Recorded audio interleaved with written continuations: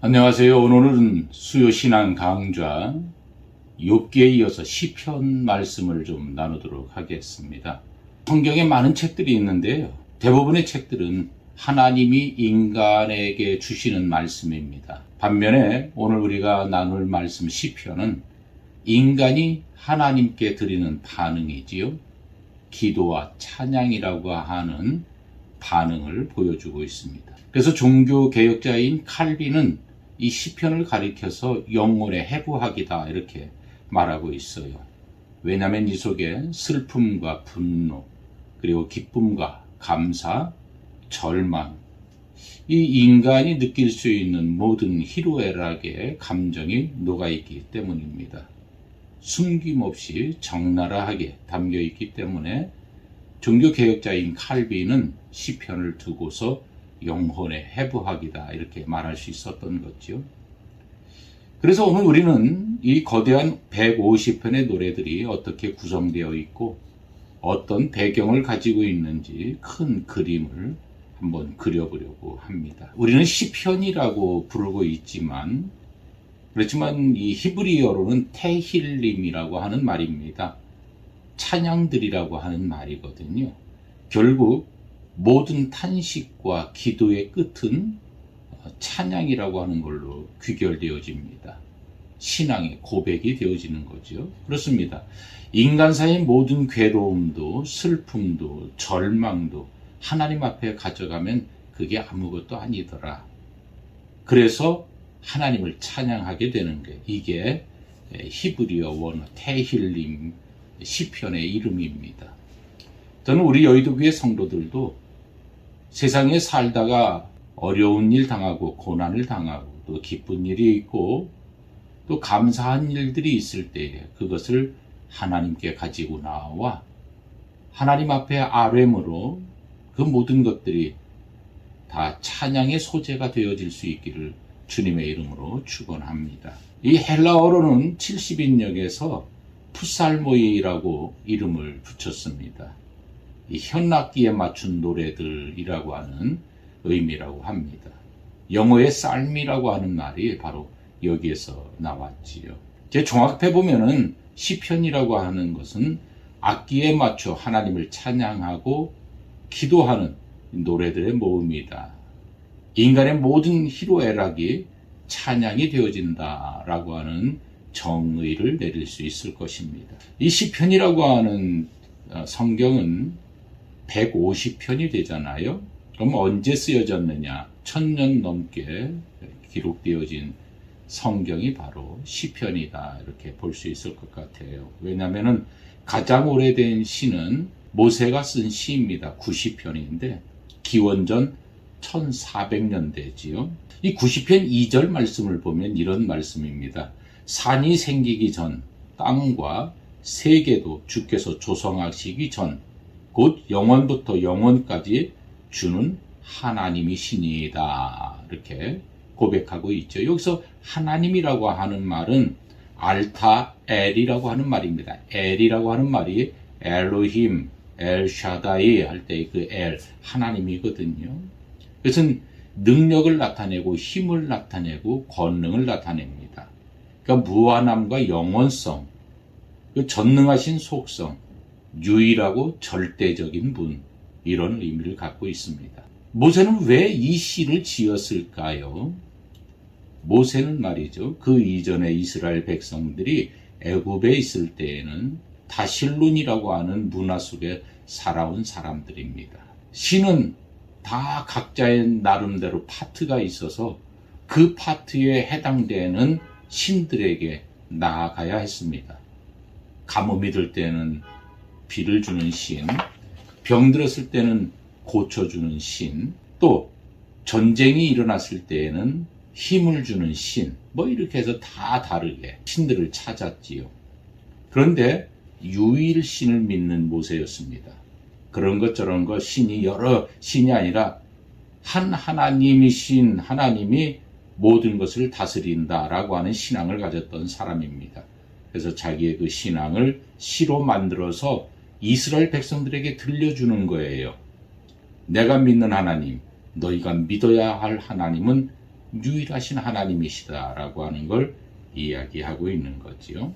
자, 그 다음에 이제 가장 늦게 지어진 시는 언제일까요? 그것은 이스라엘 백성들이 바벨론으로 끌려갔다가 돌아온 시기, 그런 때 지어진 시죠. 한 400년, 원래 539년도에 바벨론이 무너지고 페르시아가 들어선 후고 538년도에 스룹바벨과 함께 돌아오고요. 두 번째 에스라를 통해서 돌아오게 되고요. 그리고 느헤미야를 통해서 돌아오는데 그게 400년대입니다. 그러니까 BC 400년대에 쓰여지는 것이죠. 이게 126편입니다. 여러분들도 많이 들어보셨어요. 여호와께서 시온의 포로를 돌려보내실 때에 우리는 꿈꾸는 것 같았도다 라고 하는 시이죠. 들어보니까 아시겠지요. 자, 그렇다면 이제 연대는 BC 1400년대부터 BC 400년대까지 한 1000년에 걸쳐서 이렇게 쓰여졌다고 볼 수 있고요. 그럼 저자는 어떤 사람들이 있었을까요? 한 사람이 쓴 게 아니라는 건 모두가 알고 있을 거라는 생각을 합니다. 흔히 그냥 다윗의 시편 이렇게 이야기를 해요. 시편 한 편 읽고 다윗이 썼다 그러면 절반은 거의 맞습니다. 그 정도로 다윗이 대표적인 저자인 건 맞지요. 그래서 다윗이 150편 중에 73편을 씁니다. 목동이자 왕이었던 그는 시편의 정서를 대표하는 사람입니다. 인간의 보편적인 희로애락과 하나님을 향한 절대적인 신뢰가 어우러져서 매우 역동적이고 폭넓게 나타나는 그런 시들이 바로 핵심적인 신앙적 정서들이다 이렇게 말할 수 있어요. 다윗의 시에는 이런 내용들이 있지요. 고난과 탄식이 담겨져 있어요. 두려움과 불안이 있거든요. 대적의 공격, 생명의 위협, 사울의 왕에게 쫓기는 상황에서 오는 극심한 공포와 정서적 피폐함이 드러나게 되지요. 그래서 그런 것들을 솔직하게 써내게 됩니다. 그리고 하나님 앞에 버려진 것 같은 느낌을 시로 표현할 때도 있어요. 하나님께서 자신을 외면하시고 멀리 계시고 또 신음소리를 듣지 않으시는 것 같다고 그 정서적 상실감과 대화의 단절을 호소하기도 합니다. 그게 시편 22편이지요. 제가 1절 2절만 읽어드릴게요. 내 하나님이여 내 하나님이여 어찌 나를 버리셨나이까. 어찌 나를 멀리하여 돕지 아니하시오며 내 신음소리를 듣지 아니하시나이까. 내 하나님이여 내가 낮에도 부르짖고 밤에도 잠잠하지 아니하오나 응답하지 아니하시나이다. 이렇게 하나님 앞에 버려진 것 같은 고독을 노래할 때도 있고요. 또 죄책감과 회개의 기도가 시로 표현되어진 것도 있어요. 32편이 대표적이지요. 자신의 허물과 죄악을 하나님 앞에 숨기지 않고 아뢰입니다. 용서를 구하는 통회하는 마음을 표현하고 있지요. 30편 1절 2절입니다. 마찬가지로 허물의 사함을 받고 자신의 죄가 가려진 자는 복이 있도다. 마음에 간사함이 없고 여호와께 정죄를 당하지 아니하는 자는 복이 있도다. 이렇게 말하고 있습니다. 또 그것뿐만이겠습니까? 간구와 의지도 또 표현되어져 있어요. 구원에 대한 호소를 하나님 앞에 아뢰지요. 어려움 속에서 하나님께 부르짖고 도움을 요청하고 구원해 주시기를 간절히 바랍니다. 또 자신의 길을 인도해 주시고 보호해 주시기를 겸손히 구하는 시편들이 있죠. 그 25편이 그 대표적이라고 할 수 있고요. 또 감사의 찬양이 있어요. 선하심에 대한 찬송이 있지요. 시편 34편입니다. 내가 여호와를 항상 송축하며 내 입술로 항상 주를 찬양하리이다. 내 영혼이 여호와를 자랑하리니 곤고한 자들이 이를 듣고 기뻐하리로다. 이 고난의 한가운데서도 하나님을 경외하고 하나님의 선하심을 맛보고 누리고 찬양하겠다고 하는 확신을 보여주는 내용이지요. 그 다음에 자기의 확정된 마음을 또 이야기합니다.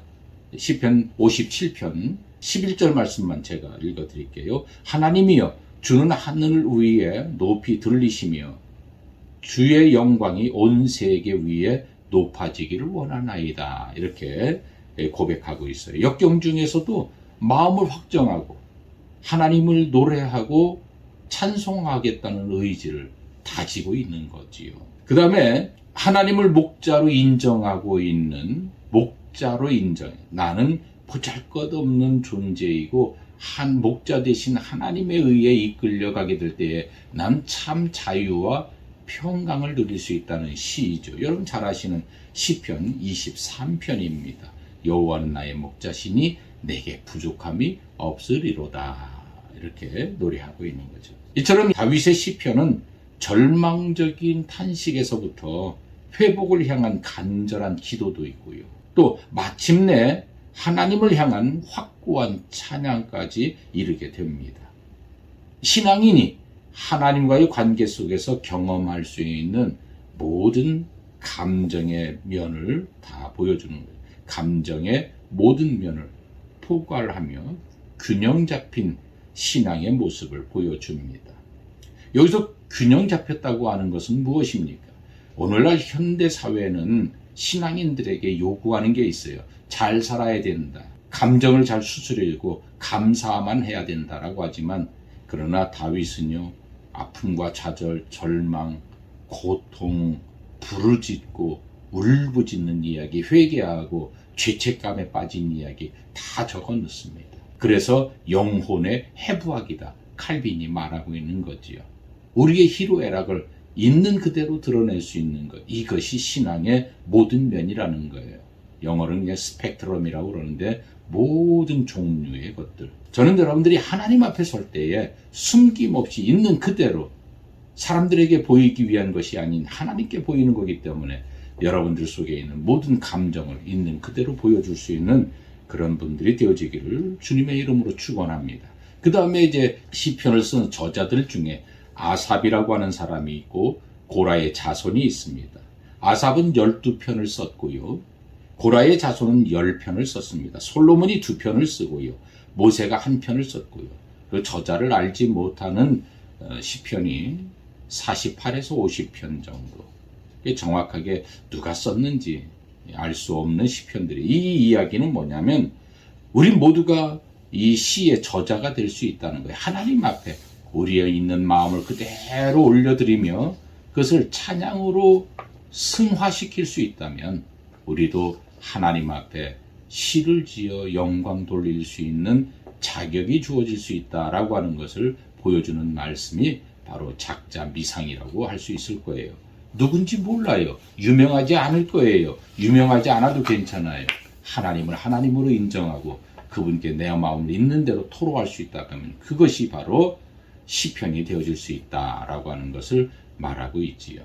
이 시편이라고 하는 책을 보면 시편 1편부터 150편까지 무작위로 놓여진 것 같아요. 그런데 아니에요. 매우 정교하게 편집된 구조를 가지고 있어요. 시편은 5권으로 나뉘어진다고 그래요. 이 5권 그러면은 여러분 생각나는 거 있지요? 모세오경입니다. 창세기, 출애굽기, 레위기, 민수기, 신명기를 모세오경이라고 그러거든요. 창세기는 어떤 책이에요? 인간의 본질과 고뇌, 구원 이런 이야기를 하고 있잖아요. 그 바로 시편 1편에서부터 41편까지가 그런 겁니다. 나는 누구인가? 인간이란 도대체 무언가?라고 하는 걸 노래하면서요. 다윗의 고뇌를 이야기해요. 왜? 이 다윗이 썼거든요. 41편까지의 저자는 다윗이에요. 그래서 창세기에서 인간은 누군가? 무엇인가? 왜 하나님이 창조하셨나라고 하는 이야기들을 다윗이 노래하고 있어요. 두 번째는 이제 41편부터 72편까지인데요. 여기 또 다윗이 대부분 썼고 고라의 자손도 거기에 합류하게 됩니다. 이게 이제 출애굽기하고 이렇게 연결되어져서 구원과 구속 그리고 왕권을 이야기하고 있어요. 자, 세 번째로는 73편부터 89편까지인데 어디하고 연결되겠어요? 맞아요. 레위기하고 연결되어져요. 레위기는 어떤 성경입니까? 예배에 관한 거거든요. 레위인들에 대한 거잖아요. 제사장과 성전을 돕는 이들. 여기는 73편부터 89편까지에 대부분의 시는 누가 쓰느냐면은 그 당시에 예배에서 찬양을 이끌었던 아삽이라고 하는 사람이 쓰게 됩니다. 그래서 성전 예배를 공동체의 위기를 이야기하고 노래하는 게 이게 이제 73편에서 89편 레위기하고 연결되어지지요. 이제 사권은 90편에서 106편입니다. 90편에서 106편. 여기에는 익명의 저자들이 대부분이고요. 모세가 한 편을 썼지요. 90편을 썼다고 그랬지요. 광야 같은 세상, 하나님의 통치를 이야기해요. 어디에 연결돼? 민수기에 보면 이스라엘 백성들이 광야길 가면서 겪는 여러 가지 일들을 그들의 행위가 기록되어져 있지요. 네. 그 다음에 이제 다섯 번째는 107편부터 150편까지인데요. 다윗과 익명의 기자들이 기록하게 됩니다. 여기는 신명기의 말씀이잖아요. 신명기는 뭘까요? 말씀과 찬양의 완성입니다. 이 각권의 마지막 다섯 권이라고 그랬잖아요. 각권의 마지막 41편, 72편, 89편, 106편, 150편. 모두 이 마지막에는요. 송영이라고 하는 짧은 찬양으로 끝나게 돼요. 보세요. 우연이에요? 그냥 마구 편집한 거 아니지요. 의도를 가지고 정확하게 편집했다라고 하는 것을 알 수 있지요. 그리고 마지막 150편은 시편 전체의 결론이자 거대한 찬양입니다. 네. 그리고 시편을 제대로 맛보려고 하면은 히브리 시의 독특한 특징을 좀 알아야 돼요. 서양이나 우리 시에는 소리의 운율을 중요시합니다. 소위 라임이라고 그러지요. 여기 요즘에 그 힙합 하는 사람들, 그냥 이 말로 노래하는 사람들 있죠. 그 사람들이 이 라임 맞추는 걸 굉장히 중요하게 여깁니다. 가 그러면은 가자만 계속해서 나오게 만들고 나 그러면 나자만 계속해서 나오게 만들어요. 이게 우리 옛날 시에도 그런 게 있지 않나요? 그래서 모란이 피기까지는 있을 테요. 잠길 테요. 있을 테요. 해서 이렇게 맞춰가는 겁니다. 요게 라임이라고 그러는 거고 운율이라고 하는 거예요. 그런데 히브리 시에는요. 이런 발음을 맞춰가는 게 아니라 단어를 맞춰가는 게 아니라 의미를 맞춰갑니다. 의미의 대꾸법이라고 그래요.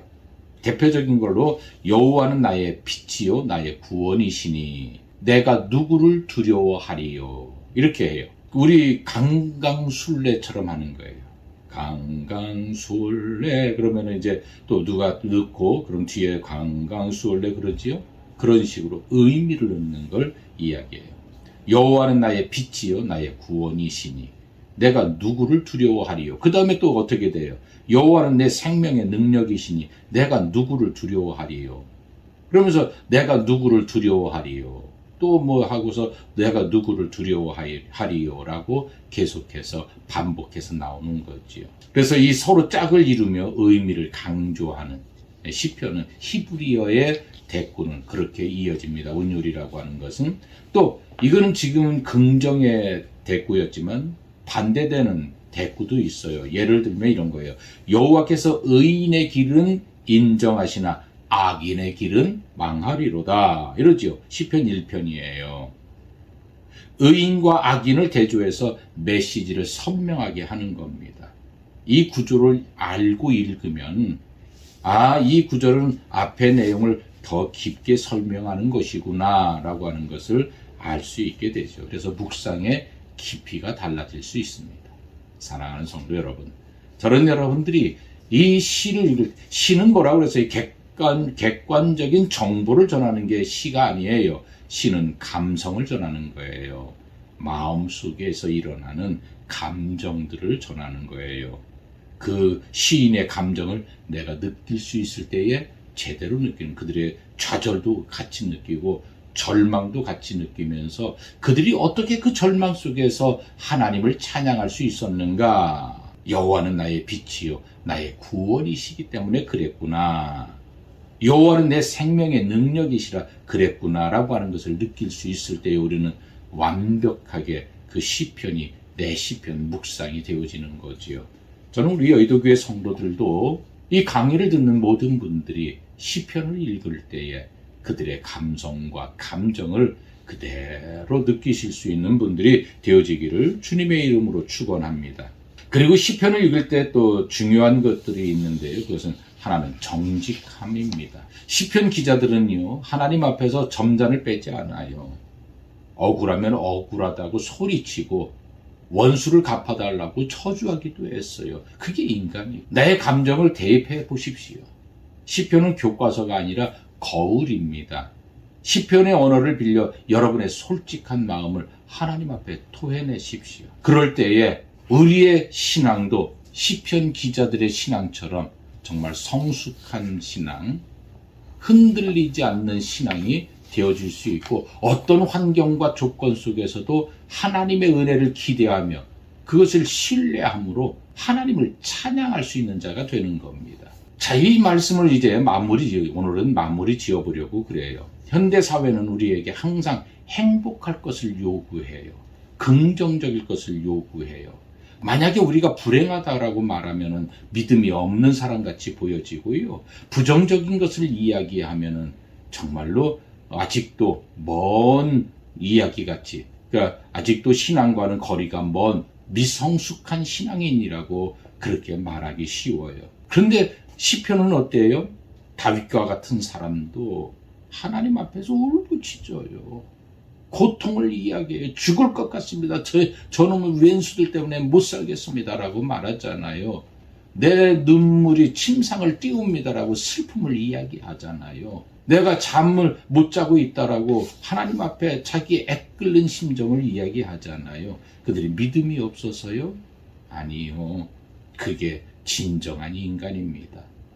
그게 하나님 앞에 서는 인간입니다. 그렇기 때문에 하나님을 찾는 거지요. 내가 나를 스스로 다스릴 수 있고, 어떤 환경과 여건 속에서 내 스스로 웃을 수 있고, 소망을 내 스스로 만들어갈 수 있다면 그게 사람이겠습니까? 그럼 하나님이 왜 필요해요? 그럴 수 없기 때문에 하나님이 필요한 거죠. 좌절과 절망 속에서도 하나님을 찾음으로 희망을 이야기할 수 있는 사람이 되고 싶은 거예요. 그래서 그 하나님 앞에 부르짖어 기도하다 보니 희망이 생기고 소망이 생기고 길이 열려지니 하나님을 찬양할 수 있는 거지요. 저는 여러분들에게도 그런 은혜가 있기를 주님의 이름으로 축원합니다. 시편은 말이에요. 아파해도 된다. 슬퍼해도 된다.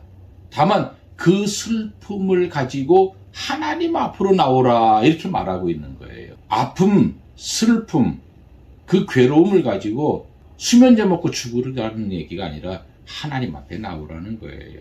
그렇게 시편은, 그러면은 이 시편은 말하기를 탄식으로 시작해서 찬양으로 끝나게 된다라고 말하고 있는 거죠. 우리의 인생도 마찬가지일 것입니다. 이 강의를 통해서 여러분의 삶의 희로애락이 시편이라는 그릇에 담겨서 아름다운 노래가 되었으면 좋겠어요. 여러분들의 삶에도 이왕이면 편하고 쉽고 평강이 늘 여러분들을 다스렸으면 좋겠어요. 그러나 혹 살다가 다윗과 같은 고난을 만난다 할지라도, 요셉과 같은 억울한 일을 당한다 할지라도, 다니엘과 같이 참담한 일을 만난다 할지라도 여러분들의 삶을 찬양으로 승화시킬 수 있는, 그래서 여러분들의 시편을 만들어갈 수 있는 그런 성도님들이 되실 수 있기를 주님의 이름으로 축원합니다. 기도하겠습니다. 사랑과 은혜가 풍성하신 하나님 아버지, 오늘 저희에게 귀한 수요신앙 강좌를 허락하시고 인간의 가장 깊은 호흡과 신앙이 담겨있는 시편의 세계로 우리의 첫걸음을 내딛게 하시니 감사합니다. 시편을 통해 다윗과 모세, 그리고 이름 모를 믿음의 선배들이 하나님께 드렸던 탄식과 찬양을 배우는 귀한 시간을 갖게 하시니 감사합니다. 주님, 종교개혁자 칼빈이 시편을 영혼의 해부학이라고 불렀듯이 우리의 삶 속에서 경험하는 기쁨과 감사뿐만 아니라 두려움, 불안, 버려짐과 고독, 그리고 숨기고 싶은 죄책감까지도 주님 앞에 정직하게 아뢰는 것이 신앙임을 깨닫습니다. 우리는 이 세상이 강요하는 항상 행복해야 한다는 가면에 숨지 않고 시편 기자들처럼 우리의 솔직한 감정을 그대로 가지고 주님 앞으로 나아가는 삶이 되게 해주옵소서. 우리의 고통이 탄식의 시가 되게 하시고 그 탄식이 결국은 주님의 선하심을 노래하는 찬양으로 승화되는 은혜를 경험하게 하옵소서. 우리의 삶의 모든 희로애락이 시편이라는 거룩한 그릇에 담겨 주님께 드려지는 아름다운 노래와 기도가 되기를 간절히 소원합니다. 우리를 인도하시고 보호하시는 목자 되신 예수 그리스도의 이름으로 기도드립니다. 아멘.